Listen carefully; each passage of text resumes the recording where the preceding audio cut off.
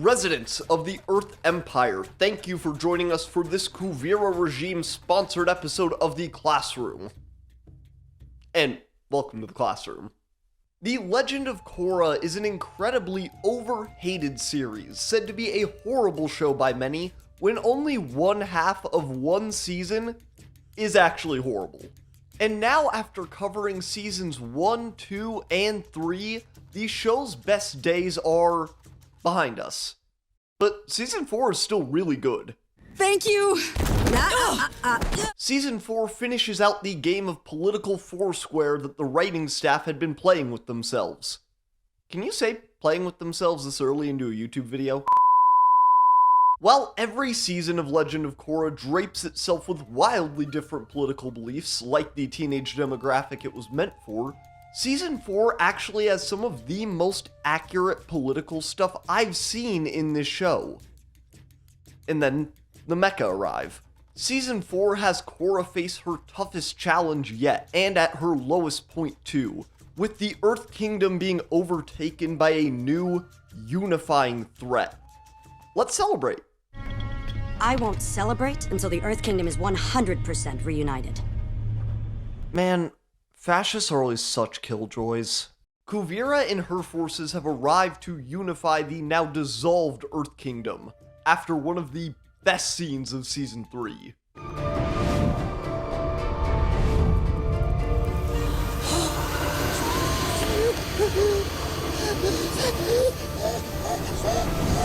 Unfortunately, Zahir was not interested in installing an interim government after the impeachment of the Queen due to being a 14-year-old anarchist trapped in the body of Henry Rollins, and Kuvira is now attempting to reunite this country embroiled in crime and chaos into an Earth Empire.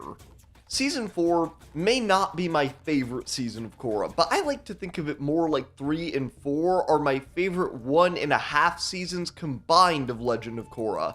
And as long as we're doing show math, let's just subtract the second half of Season 2.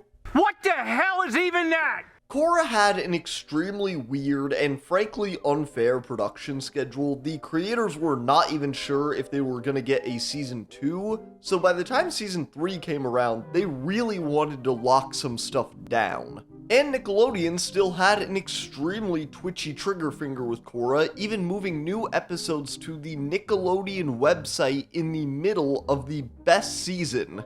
And just to emphasize how truly terrible Nickelodeon's management was, this decision was one of the less stupid that year, being just beaten out by not beating Dan Schneider to death with hammers. If Korra were real, she would kill Dan. But despite the best efforts of the Nickelodeon decision makers, the writers were able to build some connective tissue between seasons 3 and 4. Not only with the introduction of Kuvira towards the end of Season 3, but in a much more substantial way as well. The death of the Earth Queen and subsequent chaos in the Earth Kingdom is a perfect explanation for Kuvira's rise to power, and it even ties into everyone's favorite thing, real-world politics.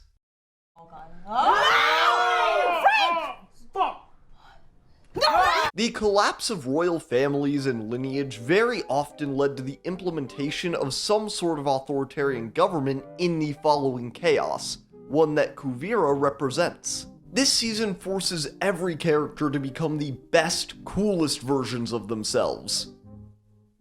Except Mako. Bolin has his best season subplot yet. He's escaped the vile film industry, which may seem nice and clean, but under the surface holds a sinister nature that he had to discover. Luckily, he will never be in a situation even similar to that ever again.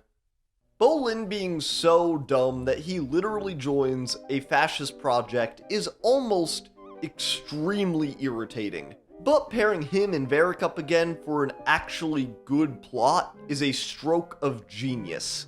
Mako is on boy love duty guarding the Earth King to be, who honestly makes Kuvira's whole goal a lot more appealing. Tenzin is leading the new Air Nation and coordinating their Adidas collab suits, while Asami has helped modernize Republic City. So, we are finally ready for our fourth and final season of The Legend of Bolin, Varric, Mako, and Asami.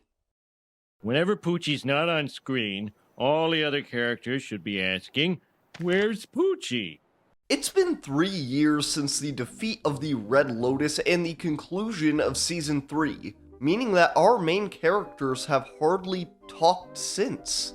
Man, the past was such an awful time to be alive, like genuinely, like besides everything else, if I couldn't talk to my friends at least once a month, I would Varric myself. Which is how you maintain monetization on YouTube while still saying that you would kill yourself. Korra alone is one of the best episodes of the series, and thank God, because if it took the name and spirit of one of the best episodes of Avatar and didn't hit, this would have been really, really disappointing. But luckily, the disappointing parts of this season are backloaded, so let's enjoy. A crazy man poisoned me, and now I can't dress myself, or cook for myself, or do anything for myself. And this whole time, my friends have been off helping the world while I'm stuck with you, and you can't even heal me! Yep. Let's enjoy. Korra alone fills us in on where our main character has been in the 3 years since the metal poisoning. Unlike in Zuko alone, where we're really learning so much about the prince's life for the first time, Korra alone has to reintroduce us to the main character. She's somewhere in the Earth Nation doing a Vi from Arcane before either of those words were associated with something worthwhile. I really like the way that this episode explores the side of the Avatar that is a genuine burden, not just having to deal with fans, disgusting, but dealing with the overwhelming guilt that she just might not be and definitely doesn't feel capable of protecting the world anymore. I also really enjoy what this episode says about the concept of these now recurring blank alone episodes. They're a personal journey, one that takes us through past and present with the title character. One that, while they may meet friends, they must take alone. But like all us baddies can relate to, all she really needed was a haircut, a new fit, and to vibe with the GOAT. I can't believe it. Toph? Nice to see you again, Twinkle Toes. Toph is my absolute favorite of the original cast to appear in Korra. I love the way that they ever take her back to her roots and help her train the Avatar, while kicking her ass. The characterizations of the original cast in Korra are a little hit or miss for me. I really like how Aang is portrayed at the end of Season 1, and Zuko is pretty cool to see, but Katara doesn't get enough to do in my opinion for how much she's around, and Sokka, but Toph is absolutely pitch perfect. Her hiding out in the swamp isn't just a callback to Aang tripping, but she seems like a lady who would just live in a swamp. Very hagcore of her. But she is genuinely, even more so than Varric, and way more so than Wu, the funniest character in the season. You were tossing me around like a rag doll all day long. I know, and I'm an old lady. Imagine me in my prime. I would have destroyed you. I also really like that Toph is not only not a good mom, she's actually like a really, really, really bad mom. It would have been really easy to soften her harder edges like that, but I'm glad they stuck with their guns, because you may disagree that Toph would ever become a cop. I happen to think that 10-year-olds don't really know what career they want, but we can all agree that she would never be a good mom. That is too unrealistic. Shove a big old melon in it, I'm talking! What is it, you colicky bastard? One of the only upsides of Korra's shorter seasons, Season 4 being only 13 episodes, is the fact that we get to the action again really quickly. There are also absolutely zero CC and Winston mess-around type episodes though, so that sucks. Before long, Kuvira's Earth Empire has arrived at one of the last corners of the continent to conquer, Zaofu. Which I just feel like should have a hard C name, like a little extra alliteration there. I really would have appreciated it. The first fight between Korra and Kuvira is one of my favorite Avatar fights across both series. great animation, dialogue, voice acting, and it's rare that we see the Avatar genuinely get dog walked.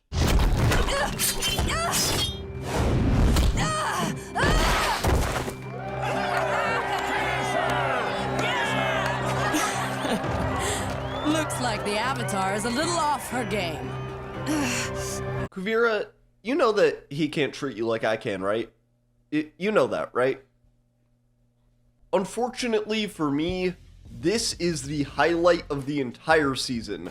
We never get this tense of a confrontation between Korra and Kuvira again.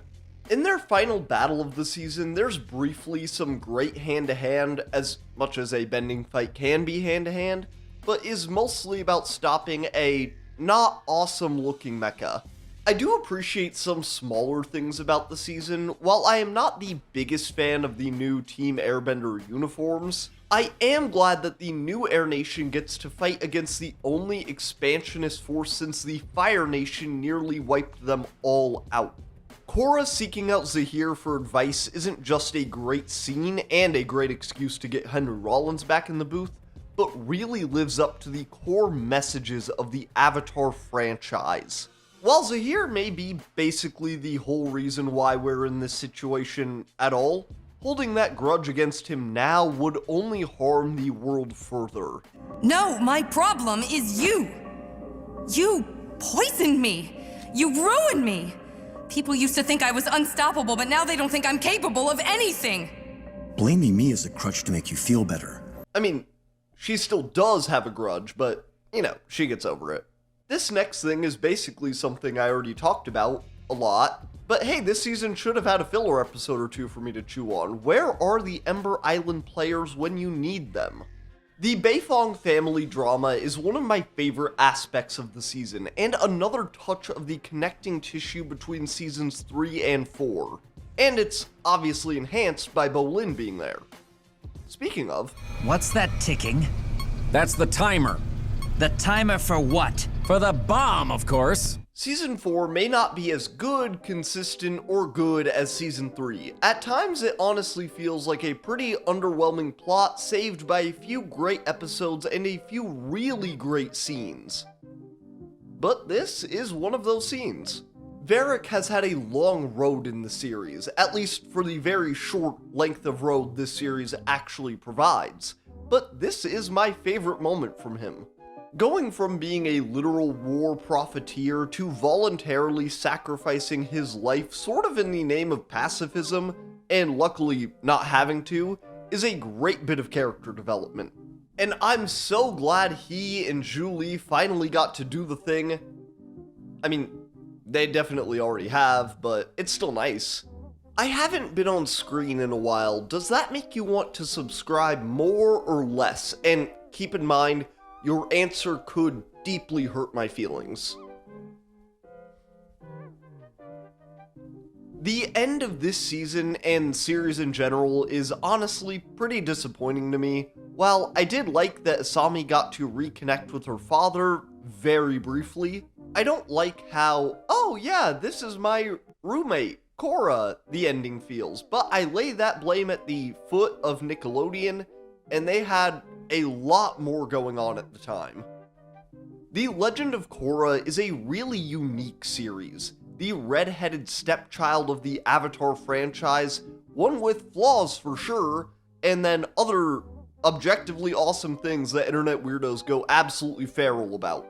With some fantastic characters, not just the incredible villains, but Korra herself is one of my favorite characters in the Avatar franchise. A bold, cocky Avatar contrasted by so much self-doubt and uncertainty, one who also delivers many of the best action scenes in the entire franchise. I have absolutely loved covering both Korra and Avatar, but I'm definitely not done. This world is like meth for my algorithm, and I'm holding on for dear life. I'm not locked in here with Avatar. Avatar is locked in here with me! Folks, thank you so much for joining me and talking about one of the best seasons out of the whole Avatar universe. I am unfortunately a little sick though, so that is the video for this week, and I've got a substitute for the classroom, while I go. It's this very small Michael Myers, and if you'll see, he's even missing one of his hands. That could even be his dominant hand, I'm not sure. I'm also not sure if this joke is funny, or if cough syrup is just one of the best liquids we've ever invented.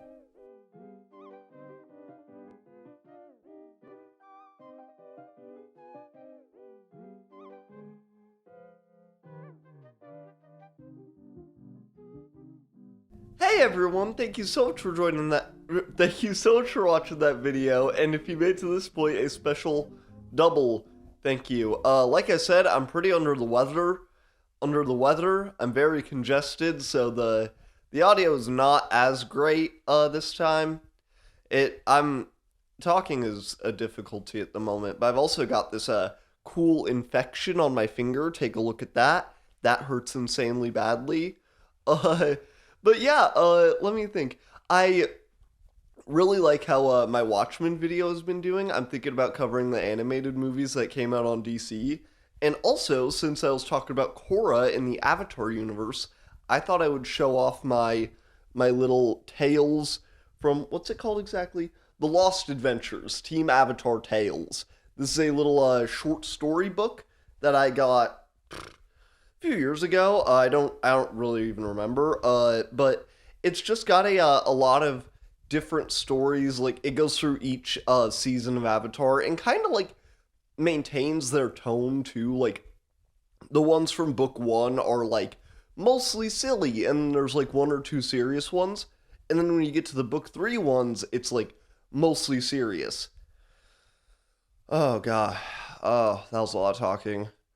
That really took it out of me, guys. I'm not gonna lie to you. The art style, it also changes a lot, and that's pretty cool. I've been thinking about making this video for a while called, it's called Shane is Dead. Shane died because he used too much energy doing YouTube, and now everything is gone from his body. Every morsel of energy is depleted, and he's dead now. That's the video, guys. I'll see you next time. Goodbye.